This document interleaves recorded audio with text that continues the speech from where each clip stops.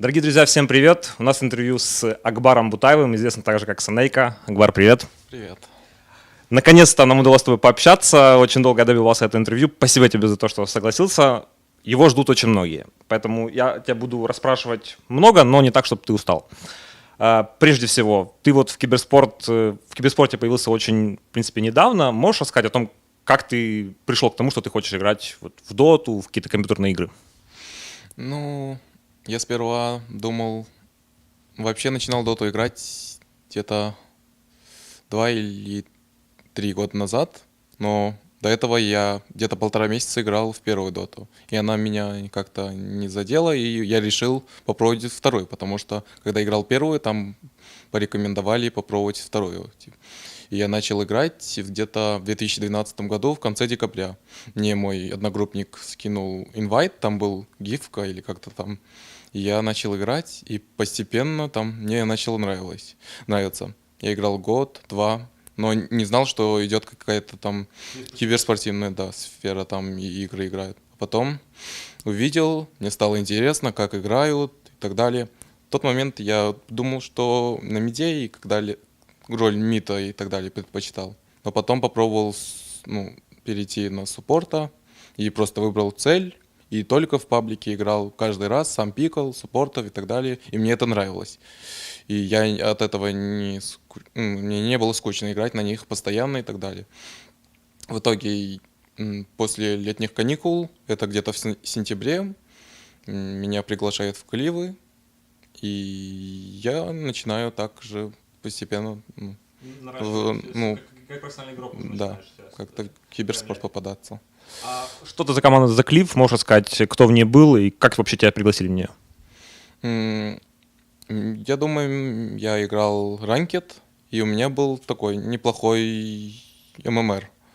И мой одногруппник, тот же в Кливах, он же жил с Липецка, и он знал меня и так далее. И он удивился, то, что я так настолько вырос. Мы до этого вообще не играли, он не видел то, что я играю на таком уровне. Он удивился, и он пригласил меня в роли суппорта. И вроде через день-два дня он говорит, что я подхожу, и можем сыграть вместе. Я был этому рад, и вот как-то так получилось. А какие-то успехи вот в этой первой команде у вас были, которые ты понимаешь, что они дали тебе старт в профессиональную доту? Я просто уже не помню эти события, но мы какие-то там мелкие турниры, либо топ-3 заходили, либо же брали первый. Но это были такие турниры. Ну а так, выступление на Старладере, конечно же, у нас было так неплохо, думаю. А свои, вот именно если не брать Кливы в расчет, первая профессиональная команда, ты считаешь PR или все-таки Empire, где ты играл, если не ошибаюсь, на замене в самом начале? В самом начале меня вообще позвали в PR, потому что там такая ситуация возникла, что я познакомился с Шачло, и он меня пригласил постендинить, так как у них игрок либо отключился, либо я не помню. И вроде я неплохо там выступил. Мы играли против Нави, там был счет 1-1, как-то так, в Best of 2 серии. После этого ты играл немного в Империи. После этого меня пригласили в Империю на лан. Вообще я должен был там остаться, по идее, но поиграв немножко, у меня чутка изменились представления, как я буду с ними дальше играть. Потому что я с некоторыми игроками очень взаимодействовал неплохо, а с некоторыми просто, не знаю, такой характер, либо я еще не привык, либо они не могли пойти на уступки. И я решил, не идти этой дорогой и выбрать с теми, кем мне удобно. Я решил играть с ПРами. После этого меня сразу же позвали ПРы, и я стал выступать в роли суппорта за Power Rangers. Что вообще можешь сказать о команде PR? Ты вот долго в них проиграл в их составе, наверное, больше, чем на данный момент больше всего. было ли там взаимодействие, потому что команда из СНГ, из Беларуси проявляет себя очень неплохо на мировой арене, но больших результатов у них не получается достичь. Как думаешь, почему? Ну, больших результатов, наверное, да, но первые дни, даже первые месяца мы заходили в те топ места, которые типа они раньше не доходили и так далее. Мы были рады. Потому что у нас либо рейтинг в Kosu Gamers был 28-й, а потом стал, не помню, либо 15-й, либо 10-й. И это типа и ребята сами сказали, то, что мы выросли и так далее. Но после каких-то, не знаю, поражений у нас все перекосяк, и после этого не получилось. Удивился, что команда ПР выбила альянсов на этих квалификациях в International? Ну, я не. Потому что там такие же опытные ребята, и они тоже... Я вообще думал, что мы играли с ними КВ, и они играли там достойно, типа. Я думал, что они хотя бы войдут на топ-2. Но, не знаю, может, переволновались или что-то не так пошло. Но я верил в то, что они смогут. Расскажи, пожалуйста, вот всем интересно о истории, как ты попал в Нави. Кто тебя предложил, долго ли ты думал, сомневался, ну, в хронологическом порядке? Когда я ушел с пэров, я играл в лигу. Там IDEC называется, ну, где про игроки. И где-то спустя несколько дней или недель мне пишет Хвост, то, что типа им нужен стенд-ин. Ну, где-то на 2 недели, это точно. И я, не знаю, где-то час думал, потому что у меня были вообще другие планы. Я ему ответил, что да, я смогу. И после этого как-то, типа, мы играли 2 недели, и вроде бы я подошел, и сейчас как есть. Но тебе предложили официальное место в составе, и вот над этим предложением ты уже не думал, потому что к тому времени понимал, что тебе комфортно играть в команде, или ты понимал, что еще над чем-то нужно работать? На тот момент, ну, что-то не шло. Не было такого лидера, либо капитана, ну, что-то, что уверенности в команде не было. Но сейчас вроде бы мы все предлагаем, что-то делаем, как команда все разбираем, и это мне нравится. Ты попал в состав, когда еще не было артстайла. Ну, вот, у тебя был, наверное, небольшой период, когда... Можешь ли ты оценить вот, до артстайла и вот после того, как он пришел? Поменялось, вот, появился лидер, или все-таки до сих пор еще у вас есть какая-то в этом сложность? Все-таки Ваня как бы такой неявный лидер, по крайней мере, как мне кажется. Ну, это значительно, ну, есть разница, потому что до этого пикал Дэнди, а я, как понимаю, Дэнди вообще не был капитаном и так далее, и у него очень сложно получалось, там мы ему помогали, но это все равно было сложно. Команда просто почти молчала, либо же, ну, много ошибок делали. Но когда пришел Ваня, он как капитан, и ребята тоже уверенно вот говорят, что Ваня вот сделает и так далее. Я тоже ему доверился, и вроде бы из-за наших доверий мы начали больше, ну, думаю, предлагать, делать и все обсуждать. Вот. Да, до этого, ну, было, но не так хорошо получалось.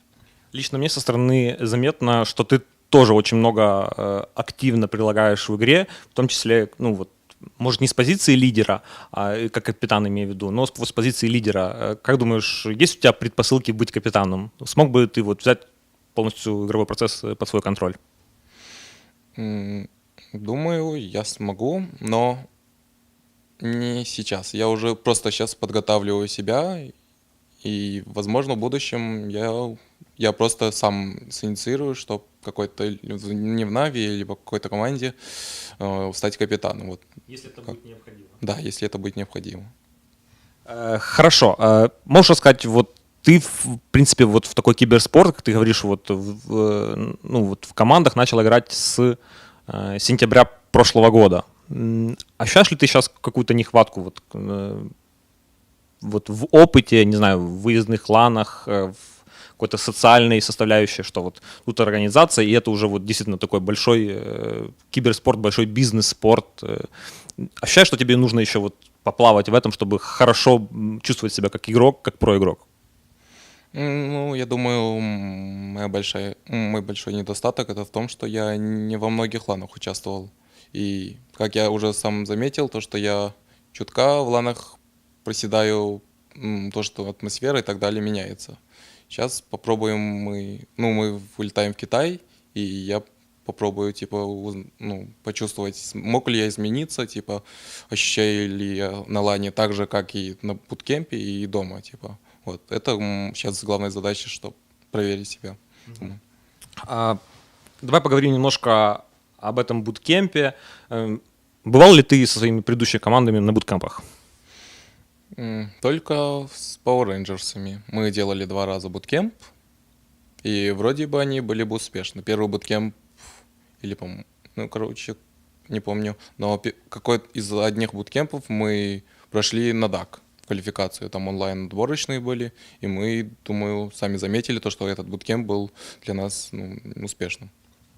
Что можешь сказать об этом буткемпе? Вот вы проводите его в Киеве. Сразу скажу, команда играет, живет в одном месте, а играет в другом, ну, по крайней мере, квалификация. А до этого вы тренировались и играли все в одной квартире. Удобен ли тебе такой формат? Как вообще проводишь время во время буткемпа? Доволен вообще этим буткемпом? Ну, именно этот сейчас, которым проводим, я доволен, потому что до этого вроде мы в одном месте, у нас был в одном месте компы, где мы играем, и нужно было ехать до дома. А сейчас мы играем дома, и компы, и все есть. И вроде бы ты можешь присесть и лечь и смотреть, и не думать то, что уже поздно, и нужно идти домой, и ты там без компа. Все такое, типа. Но все равно, когда ты даже хочешь спать, ты думаешь, вдруг еще это... Просто не было...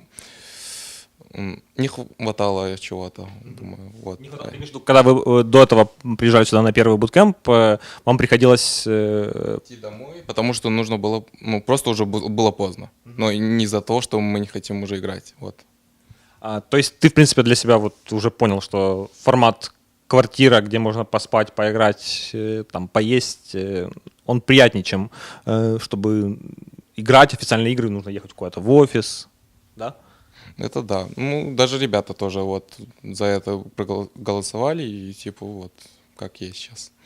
Ну, наверняка основная цель этого буткемпа пройти на International, она достигнута.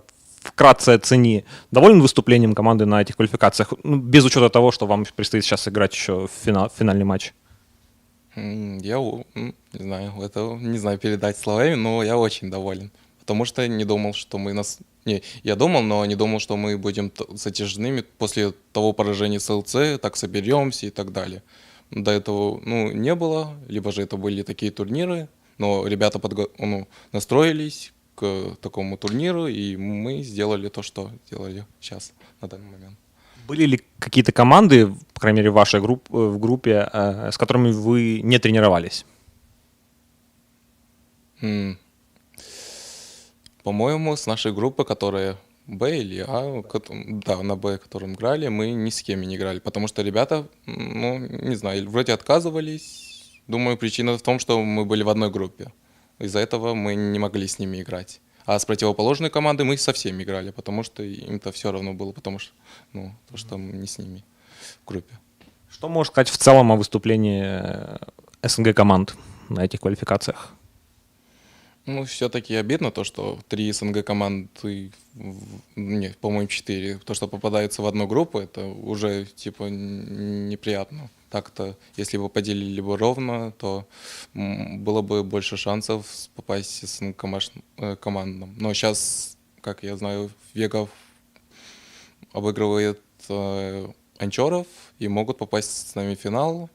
И мне было бы тоже приятно с этими ребятами сыграть и увидеться в Инте, потому что там все игроки очень веселые, общительные, и, так, с ними было бы лучше, думаю.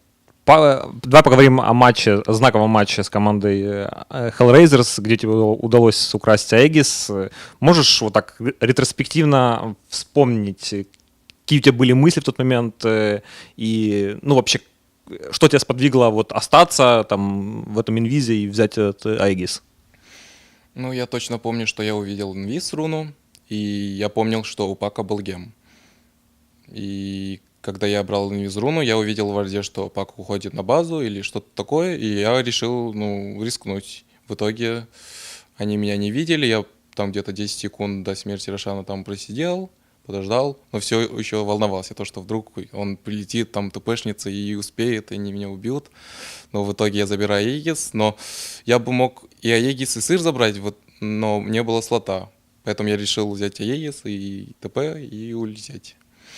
Но в последний момент, когда я улетал, Пак прилетел и даже кинул арбу, и туда же телепортнулся. Но не знаю, я успел ТПшнуться до того момента, как он на арбу присел. А, вообще, вот тот матч с Ашерами выдался очень напряженным, просто нереальные качели. Как, в принципе, вот вы выиграли, как думаешь, это больше ваша заслуга или все-таки команда ошиблась? Потому что по преимуществу у вас, ну, как игра складывается, у вас есть преимущество, а потом вы его теряете. То есть, в принципе, вы ошибаетесь больше. Ну, с одной стороны, кажется. С другой стороны вы выиграли. Поэтому вот как думаешь, в матче с Ашерами, что предрешило исход? Решил исход, то, что у них был один момент, где они могли просто закончить игру, но там СФчик заходит под фонтан наш, фуловый, умирает, или становится лоу-хпшным, и они убегают. У нас тогда Магнусы и так далее, остальные 60 секунд на базе, и мы радуемся. Хост такой кричит, мы можем еще выиграть, смотрите под фонтан и так далее. В итоге после этого мы собрались, до этого вообще какой-то был, не знаю, какой-то спам, но после этого мы собрались и не очень-то волновались. И мы верили, что Виверна и Магнус с рефрешами у нас зарешают. Мы уже даже думали, что нам сделать мегакрипы, и мы будем против мегакрипов играть. Потому что мы чувствовали то, что это ничего такого не даст им. Но в итоге они у нас с 5 лезут, сперва умирает, потом байбекаются и... Да. Но у них просто такой момент, что они байбекнулись, и они должны снести сторону. А нам всего лишь дождаться ультимейтов. И в итоге они не выдерживают, что-то там по одному или я не помню. Но они допускают ошибку, и мы этим пользуемся. Ожидал ли ты, что вам вот в матче за слот на International, пусть это пока что wildcard, придется будет играть против команды 4 якоря? Их, в принципе, никто не брал в такой серьезный расчет. Это как думать, то, что они выйдут в полуфинал? Плей-офф или... Да. В плей-офф, и что вот именно в борьбе за квоту вы будете играть именно с ними, скажем, а не с Альянсами или с Нипами? По-моему, все думали то, что либо Альянсы, либо Нипы, но Анчаров я, по-моему, где-то так средненько думал, они играют, но в итоге они показали, что они могут, и сейчас, то, что видим. Вы в любом случае уже едете на International, для тебя это наверняка знаковое событие. Ощущаешь ли ты вот самоудовлетворение, что, вот объективно тебя сейчас вот в Твиттере везде считают одним из лучших саппортов мира. Ощущаешь ли ты вот эти регалии, вот эти какие-то, не знаю, проблески славы? Есть у тебя такое ощущение? Не знаю, такое. Я отношусь к этому, хоть это радует, но я отношусь это так нейтрально, потому что не нужно дознаваться и так далее. Просто играть как можешь, а то можешь забить на все, не тренироваться, думать, что ты такой, и все. После этого ты уже не можешь. Сразу же после завершения квалификации вы отправляетесь на турнир Марс ТВ в Китай. Это будет, в принципе, тоже такой первый выездной лан для тебя. Китай, сразу говорю, готовься, будет сложно. Китай, то, что там проблемы с едой. Вот, там не все может подойти. И я это уже сразу понял с первого дня. И потом, если это не учесть, то город красивый, страна и так далее. Как бы там ни было, там состав участников внушительный. Чего ожидаешь тогда вот от турнира Марс ТВ, от этой лиги? И вообще, будете ли вы на нем концентрироваться как на отдельным турниром, либо это все-таки такой подготовительный этап, и сейчас все усилия будут, ну, грубо говоря, нацелены на International, а промежуточные будут, ну, как промежуточными. Ну, вообще мы про Марс ТВ не очень так заботились. Типа, у нас была цель попасть в Инт, мы сейчас вроде бы попадаем, и теперь, ну, Марс ТВ попробуем выиграть, конечно же, но будет так, что мы будем что-то тестить, ну, что-то отрабатывать и так далее. Это будет как бы, ну, да, подготовка к Инту, думаю. Но выиграть бы тоже было бы неплохо. По твоему мнению, в чем разница между китайской дотой и европейской? Ну, вот свой вижен на этот счет. Ну, я играл в китайский паблик, и там просто 4 игрока с тобой попадаются, все 4 у них микрофоны подрублены, они все говорят, все, да, все по таймингу, там были такие сайленсеры, которых ты просто можешь либо кнопку, либо что-то сказать в микрофон, и они просто, не думая, нажмут ультимейт в любой момент, там, ганги и все такое. Они просто все очень серьезно ну, к каждой игре очень серьезно подходят. И мне это очень нравится. Какую из китайских команд ты можешь выделить, ну, больше всех? И вообще, следишь ли ты за китайской сценой? Ну, за китайской сценой я не очень-то слежу, но как последнюю игру я смотрел, по-моему, Vici Gaming LGD, это была и Лига, и LGD выиграли 3-0. Как они делают, как этот Xiaowei это делает, команде придает такую силу, не знаю, но думаю, вот однозначно LGD, там, IG, Vici Gaming, как-то вот, вот эта тройка, типа, они вот так по кругу, думаю, это и лидеры. Сразу же после Китая вам предстоит турнир DreamHack. Там вам предстоит встретиться с командой Alliance, которые, в принципе, на International не попадают. Как думаешь, то, что они не попали на International, придаст им силу какую-то, мотивацию проявить себя? Или все-таки это очень такой сильный удар, ну, который их подкосит? Думаю, что у них уже, типа, мотивация, наоборот, должна теперь больше быть, потому что они уже не попали, они уже знают и должны теперь максимум выкладываться на все турниры, чтобы уже в будущем попасть, например, на Инт. Ну и думаю, они подготовятся также и сыграют в максимуме. Сейчас серия таких разных вопросов. Как ты переносишь перелеты и вообще любишь ли ты путешествовать? Переношу нормально. И путешествовать, смотря куда. Типа некоторые, которые есть некоторые страны, которые я бы не хотел, есть некоторые, типа. Думаю, что путешествие тоже какое-то все-таки имеет значение. Так что думаю, мне нравится путешествовать. Для начинающих игроков можешь дать какие-то советы? Ты в киберспорт попал, ну, в такой профессиональный киберспорт попал с сентября 2014 года. Как другим молодым игрокам за такой короткий срок выбиться в топ? Что для этого нужно делать? Ну, во-первых, нужно выбрать роль, на которой ты будешь играть. И после я бы предложил смотреть реплеи про игроков, там турниры, команды. Выбрать, например, стиль, чтобы если ты вступил в команду, чтобы такой же стиль, например, придать. Либо же, ну, себе, короче, выбрать стиль, какой ты будешь. И смотреть реплей так, что ты получаешь от него профита, чем ты просто посмотрел 2 часа игры и, ну, выиграли игроки там на каком, ну, типа, подрались файт и так далее. Ну, типа, нужно выбирать так, что за кем ты смотришь, что он делает, какие фишки он юзает. И тогда ты будешь все более и более становиться сильнее. Насколько я знаю, у тебя было некое приключение с твоим компьютером. Можешь рассказать, что с ним случилось и как ты играл вообще до этого? Ну, я играл на качестве... У меня все было на минималке, качество обработки вообще 43% в доте. И я вроде бы, ну, типа, играл это где-то 1,5-2 года, ну, типа, до того вступления в Нави. И в какой-то момент мы играем в КС, 15-й раунд заканчивается, нужно переходить, ну, меняться сторонами.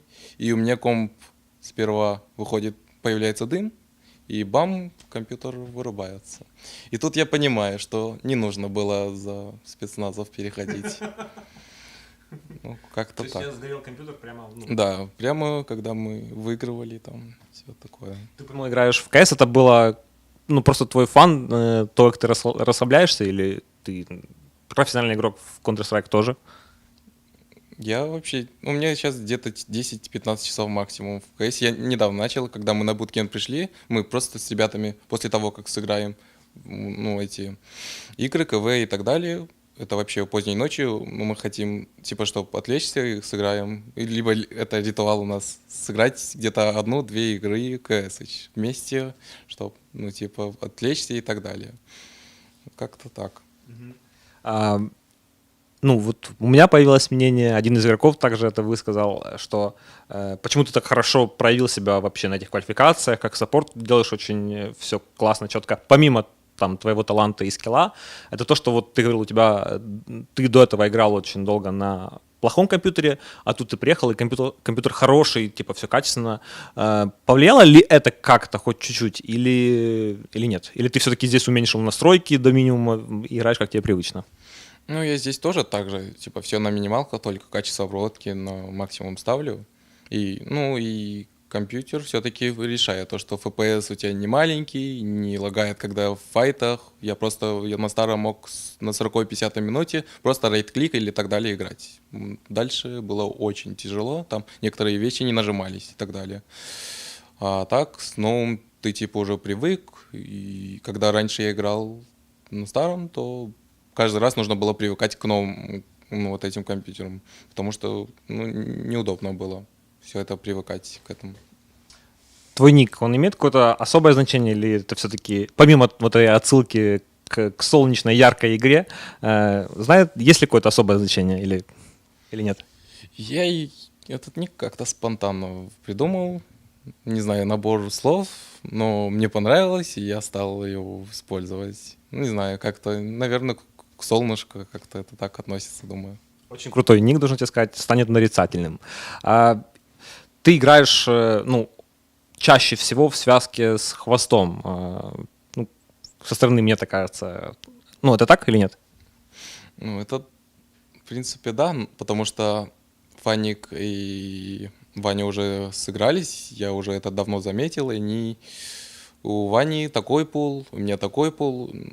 Я, типа, играю почти, ну, вот этих героев тоже играю, но Ваня привык к этим, и я, ну, типа, не хочу, чтобы он, типа, от этих отвлекся и играл другим героем, которыми он не хочет, либо же которыми он не играл столько, сколько, типа, да.